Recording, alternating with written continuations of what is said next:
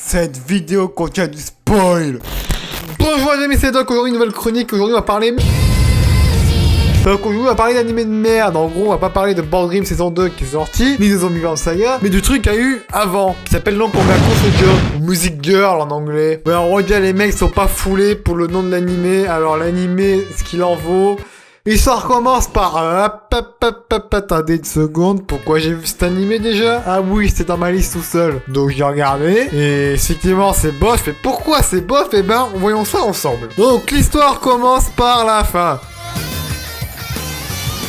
Ok, on a déjà un argument qui fait perdre 2 points à l'animé. Donc l'histoire commence plus sérieusement avec Hanako, une jeune fille qui arrive après un voyage à New York au Japon. Et comme par hasard, un groupe de musique du nom de Music Girl fait un concert dans un aéroport. Alors, je sais pas si ça existe vraiment au Japon ça, mais un concert dans un aéroport. Votre attention s'il vous plaît, l'Airbus A380 en direction d'Amsterdam, Porte-Lee. Va bientôt décoller dans 10 minutes. Donc après ce mini-concert avec exactement 28 personnes, Hanako va voir les filles vu qu'elle est impressionnée et le prod, et donc comme par hasard, vu que ses parents le connaissent, il la laisse partir. Bande de parents irresponsables. Mais bon, quand même, cet animé a un bon point. S'ils ne sont pas au lycée, ils commencent direct la musique, et en plus Hanako dans le groupe, elle va servir à rien. Non, parce que voilà comment elle chante.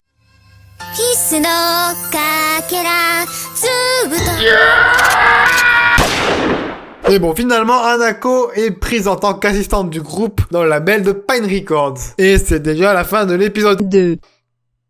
Ouais, il se passe vraiment pas grand chose dans cet animé, je vous le dis. Hein. Donc les premiers épisodes, c'est assez chiant. Donc en gros, les schémas des épisodes se déroulent comme ceci. Donc le groupe va faire quelque chose, c'est-à-dire une séance de photos, la cuisine, une sortie à la plage. Mais évidemment, une des filles a un problème et donc tout le groupe est concerné. Mais évidemment, Hanako sauve le navire, donc tout le monde est contente, et c'est la fin de l'épisode. Enfin, au début, même dans toute la série, il y en a une qui est pas contente, c'est-à-dire elle. C'est un petit peu l'alter ego de notre protagoniste. Mais bon, quand même, petite précision dans la série, on aperçoit quand même Hanako chatter avec quelqu'un dont son pseudo s'affiche en bas parce que je l'ai oublié. Retenez bien ça, hein, c'est très important. Et voici aussi un des plus gros problèmes de cet animé, en plus donc de l'histoire un peu chiante et du fait qu'on connaît déjà la fin, c'est qu'il y a beaucoup trop de personnages. Non mais regardez, rien que dans le groupe, on a Haru, Eri, Sarasa, Hanako, Sazame, Shup, Iyo, Kotoko, Roro, Miku, Kiri et... Uori, donc, celle qui a un nom ultra chiant à prononcer, qui est ultra chiante de base. Parce que ouais, elle a beau être bonne, elle fait un peu chier tout le groupe, alors que c'est une leaduse. Parce qu'elle n'est jamais d'accord avec Hanako, alors que ça fonctionne. Mais bon, ses réactions sont tellement connes que voici une compilation.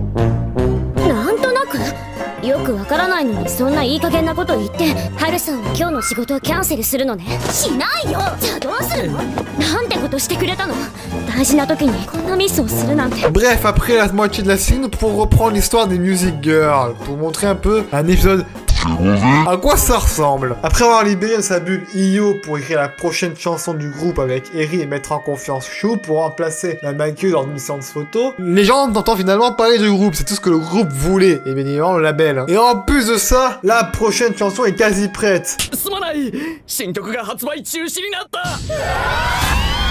Mais le parolier est un petit peu vénère et supprime le son, tout ça à cause d'Hanako qui s'est bien viandé sous le rimt. Donc, elle va voir le monsieur avec Miku, la bouffeuse de KFC, alors qu'Uri lui dit de rien faire. Évidemment, égoïste comme elle l'est, elle y va quand même, et en voyant ce monsieur qui est donc non-binaire, il s'excuse pour son incompétence car il se fait trop vieux, et après des péripéties pas très intéressantes expliquées, il tire sa redevance, et au final, les filles ont une nouvelle chanson du nom de Shining Peace. Ah bon, écoutez-moi bien Crunchyroll, je vous aime bien, vous avez des bons animés tout ça, même si votre catalogue est un petit peu chelou. Mais bon, la chanson c'est Shining Peace écrit comme ça. Et pour la blague, devinez quelle est cette chanson. Franchement, devinez. C'est la chanson qu'on entend à l'épisode 1 au tout début. Et il s'agit aussi du générique de fin.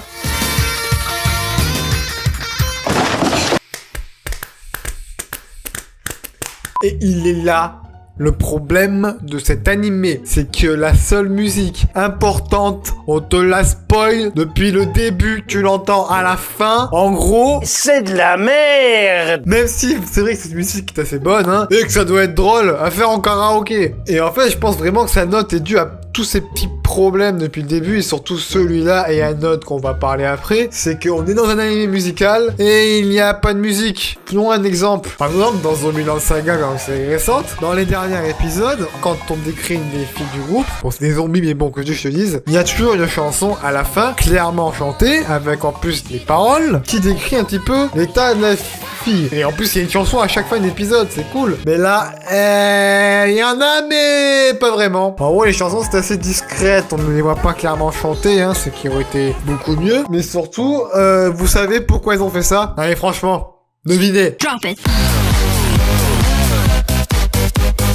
Oui, c'est un animé à la Gochumon wa Usagi Desuka. Et là, il y en a qui vont me dire, c'est quoi cet anime? Bah c'est ça.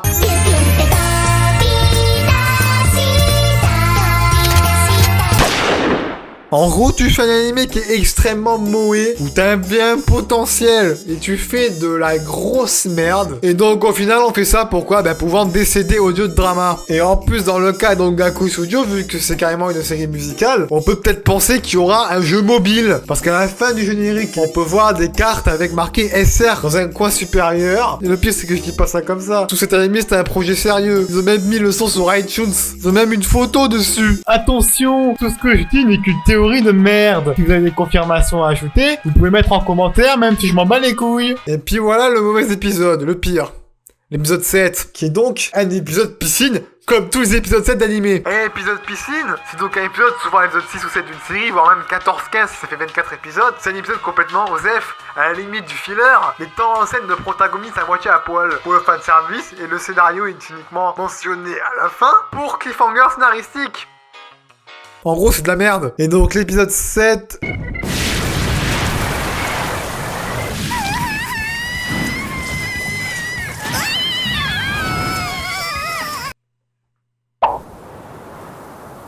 Bon, là, il y a plus de budget, ça bouge plus. Et putain, non mais regardez-moi ça! Ces problèmes d'animation, on peut se dire qu'ils ont dessiné des trucs en arrière-plan, mais non, je vous le jure, c'est la taille réelle. Donc, suite du scénario, on apprend que Kotoko a un frère et tout l'épisode, on en montre leur relation. Sauf qu'il y a un problème, c'est qu'il y a des paparazzis qui la poursuivent. Pourquoi je vous montre ça alors que c'est un épisode OSEF? C'est important parce que les emmerdes du groupe commencent là. Et donc, après un scandale croyant que son frère c'est son petit copain, voici un résumé de la situation. Je me bats pour le bien du groupe. Et non, fais pas ça. Je suis ton frère. Ne pars pas. Sinon, le groupe n'est rien sans toi.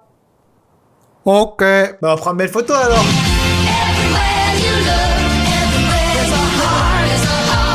Ah, et le groupe se sépare.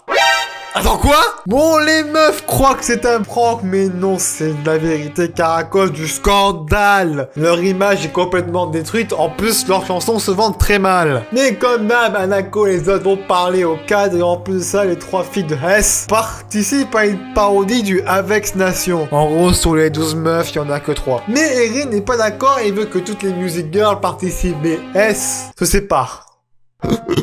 Foudrama, putain. Mais comme d'habitude, tout rentre dans l'ordre grâce à Hanako et c'est... l'échec. Putain, ce scénario de merde. Mais grâce au pouvoir de Jules, c'est encore l'échec. Putain, on a pas de pour RT, je suis très triste. Faites pas d'hashtag K-pop sur Twitter, s'il vous plaît. Littéralement 20 secondes plus tard. Oui, on est les meilleures copines. Vous êtes pas disputés? Bah non. Le prod convainc les 4 pour garder les noms de merde avec comme promesse ramener 10 000 fans en fermeture donc du Q-Nation à cause d'Hanako. Ça marchera jamais.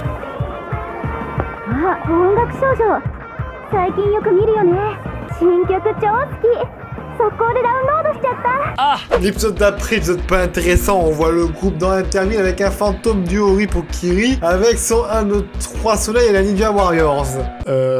Chapeau! Et aussi, Yori a perdu sa voix.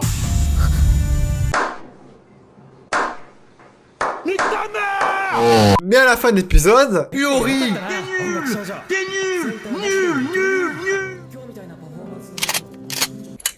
Oh bah tiens, j'ai plus de balles. D'accord, bah maintenant il va se passer quoi pendant les 3 derniers épisodes? Vu qu'on est à l'épisode 9 déjà. Yuri qui rage intérieurement nous fait une maître Gims en disant sur une musique épique. Je me tire. Ah! Bon, j'en ai marre, donc la suite c'est le groupe teste une ouverture de fête foraine, et lors des essais, il y a une coupure de courant, c'est Elle craque tellement que même la doubleuse a besoin de lui. qui fait que Hanako et Yuri se réconcilient. Tiens, au passage, Yuri chez Shirogana. Ouais, je me demande si elle tombe amoureuse parce que tout à l'heure c'était Yuri d'ailleurs. Et gros, à la fin, c'est le concert final, blablabla. Il y a une coupure de courant encore aussi. Cette coïncidence. Et puis, ça y est, c'est la fin. Voyons voir quelle chanson elles nous ont préparé. Attention, ce que vous allez voir n'est pas un montage avec de la reverb ni un phénomène obscur d'internet, bref c'est sans montage.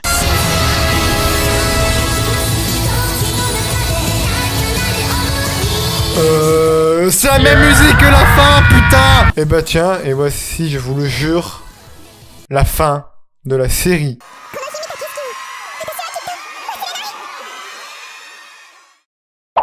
Et c'est fini.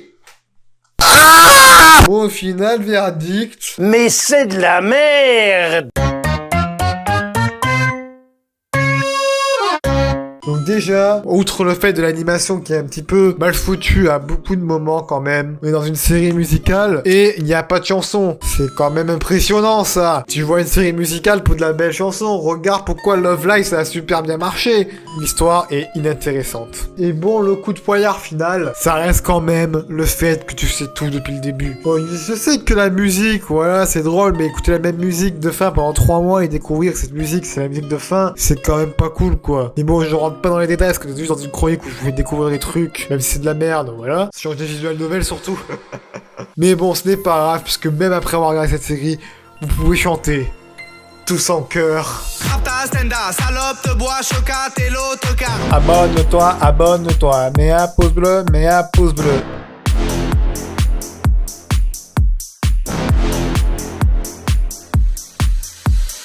Un pouce bleu, abonne-toi, un pouce bleu, un petit comme, nique ta mère.